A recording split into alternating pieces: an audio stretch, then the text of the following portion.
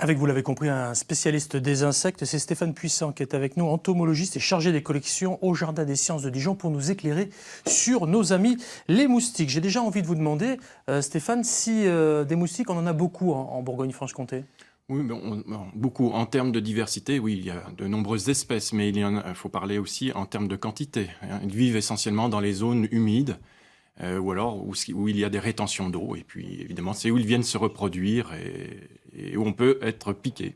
Alors, nous ne sommes piqués que par les femelles. Voilà, j'allais y venir. C'est Madame Moustique qui pique. Exactement. Les mâles ne piquent pas. Ils sont floricoles. Ils vont aller se nourrir de nectar, de substances sucrées. Les femelles également, elles ont besoin aussi de nectar, de substances sucrées, notamment pour l'énergie nécessaire pour le vol, mais elles ont besoin de sang, pas seulement ça dépend des espèces, mais pas seulement de sang de l'homme, mais également parfois du sang de rongeurs, d'oiseaux, voire d'amphibiens, c'est-à-dire de grenouilles. Ça dépend des espèces, ce qu'elles vont piquer. Et pourquoi elles piquent? Elles piquent pour donc prendre du sang pour la maturation des ovaires, de façon à pouvoir pondre. On va revenir sur des questions très concrètes et très pratiques pour nous. Que faire face aux moustiques, pour parler clair. Mais d'abord, je vous propose de regarder justement quelques images sur notre ami ou pas d'ailleurs, le moustique. Regardez. Pas de panique, c'est pas la petite bête qui va manger la grosse. Pardon, mais est-ce que vous savez vraiment de qui vous parlez? Car le moustique est un véritable serial killer. Ne riez pas, c'est très sérieux. Chaque année, cet insecte est responsable de la mort de plusieurs centaines de milliers de personnes dans le monde.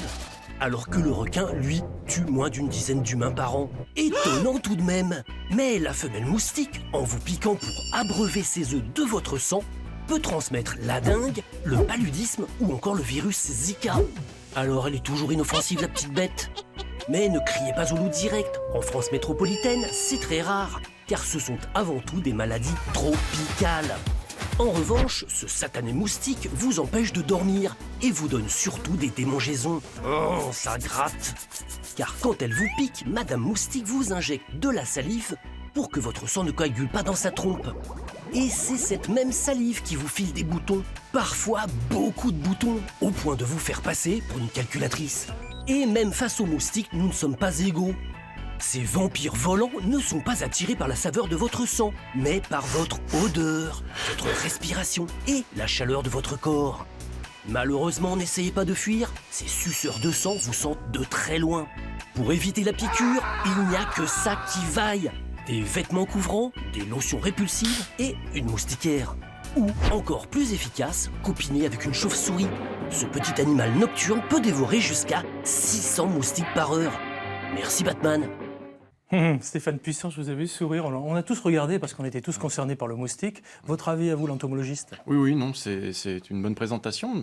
En fait, oui, ils transmettent des maladies. Alors, je tiens à rassurer les personnes et nos auditeurs, parce que ici, en Bourgogne-Franche-Comté, ils ne vont pas transmettre de maladies. C'est essentiellement, comme c'est dit dans l'émission, sous les tropiques. Et également, maintenant, malheureusement, dans le sud de la France, sur le pourtour méditerranéen. Oui, je fais une petite parenthèse là-dessus, justement, parce qu'il y a des moustiques qui sont plus ou moins méchants. On a tous entendu parler, j'imagine Clémence et vous aussi Bruno, du fameux moustique tigre. Est-ce qu'on peut dire aujourd'hui sur France 3 Bourgogne-Franche-Comté, il n'y a pas de moustique tigre dans la région Bourgogne-Franche-Comté? Ça, je n'oserais pas l'affirmer de façon catégorique. En tout cas, à chaque fois que j'ai demandé à en examiner pour l'identifier, ce n'était pas le moustique tigre qu'on m'a ramené. Le moustique tigre, c'est Aedes albopunctatus, c'est une espèce qui nous vient d'Asie du Sud-Est et qui est toute petite. Oui, je crois qu'on a une photo d'ailleurs, il me semble. Il est très bariolé, il est noir avec des barres blanches. C'est un très joli moustique d'ailleurs, mais par contre, malheureusement, qui est un bon vecteur efficace pour transmettre plusieurs maladies. Pas seulement Zika, pas seulement la dengue, pas seulement le paludisme, aussi West Nile, les fièvres de l'ouest du Nil, etc. Donc, on va arrêter de faire peur, alors, voilà. Si on n'a pas. On voilà. va arrêter de faire peur. Mais en revanche, il y en a dans le sud de la France. Il y en a dans le sud de la France. Beaucoup. Oui. Donc on fait très attention à ça. Oui. OK. Qu'est-ce que déteste le moustique, Stéphane Puissant? Le plus? Ou simplement le vent. Déjà, quand vous êtes dans des zones où il y a beaucoup d'air, c'est un animal qui est petit, c'est un diptère, c'est-à-dire qu'il a une paire d'ailes, il vole, mais il est léger. Donc quand il y a du vent, déjà, on ne se fait pas piquer. Il est déstabilisé, il est comme un drone, il est perdu. En fait, les femelles, les mâles également, mais les femelles, c'est celles qui nous préoccupent le plus, restent dans la végétation posée. Donc elles ne vont pas venir nous piquer. Selon les espèces, elles vont être plus ou moins actives la journée. On parlait du moustique tigre, lui il est actif malheureusement toute la journée. D'autres espèces sont plus actives le matin ou à la tombée du jour. Votre voisine Clémence, tout à l'heure, vous nous disiez, vous êtes fait piquer dans la nuit par un moustique. Les moustiques, ils piquent plutôt la nuit ou plutôt le jour, Stéphane ? Voilà, ça dépend des espèces, c'est ce que je venais de vous dire. Après, nos espèces autochtones ont tendance, donc c'est-à-dire chez les nous, culex, ce qui m'intéresse, c'est chez nous. Oui. Voilà, on va laisser de côté le moustique tigre qui lui est actif toute la journée. Nos espèces autochtones sont actives essentiellement à la tombée du jour. Quand le jour décline, c'est là qu'ils vont se réveiller. Et également lorsque le temps est orageux. Ça paraît évident, mais c'est utile de le rappeler. Les femelles vont pondre et donc elles sentent qu'il va pleuvoir. Elles vont prélever leur part de sang avant d'aller pondre. On dit que parfois les parfums, ça les attire ou au contraire, ça les repousse. Alors, info ou intox ? Alors, ça, c'est très compliqué Simplement, actuellement. dans des mots simples. Mais, c'est-à-dire que même en termes, nous, scientifiques, on a encore du mal à comprendre exactement comment les femelles repèrent leur proie, entre guillemets, de loin. Alors, elles les repèrent, comme c'était dit dans le petit film, à la chaleur que l'on dégage, aux odeurs, et également au dioxyde de carbone. C'est pour ça qu'elle se repère sur la respiration. Ça sous-entend peut-être, je ne suis pas scientifique, mais qu'il y a des peaux à moustiques et des peaux qui sont un peu moins attirées par le moustique. C'est là où je vous disais, c'est compliqué, on n'arrive pas trop à comprendre pourquoi, lorsqu'il y a plusieurs personnes dans une même pièce, certains sont plus piqués que d'autres. D'accord, écoutez, bienvenue au club. Oui, et en plus, les femelles peuvent vous détecter de très loin, parfois plusieurs kilomètres pour certaines espèces. D'accord, ok. À l'inverse, les moustiques aiment quoi précisément ? Il y a des choses particulières qui vraiment, on est sûr, ça les attire, je ne sais pas, des vêtements, des couleurs. Oui, alors il faut éviter les couleurs sombres. Ça, c'est quelque chose. Oui, simplement. Vous saviez ça, vous, Bruno, Clémence ? Non, je pensais plus l'inverse, du coup. Ben oui, moi aussi, donc... Les couleurs sombres contiennent la chaleur. Donc, comme on rayonne dans l'infrarouge, on va émettre de la chaleur, elles vont nous repérer de plus loin, elles vont venir plus facilement sur nous. Donc les vêtements clairs sont à privilégier. Puis vous les repérez plus quand ils sont sur vous. Ouais, d'accord. Je propose d'écouter la question d'une jurassienne, regardez. Bonjour, je m'appelle Christine, j'habite à Souvent dans le Jura. J'ai 61 ans et je me pose toujours les questions. Peut-on devenir allergique aux moustiques de nos régions ? Merci, au revoir. Alors, les allergies et les moustiques, Stéphane. Alors, le moustique, il a dans sa salive un anticoagulant, et c'est ce qui crée la démangeaison.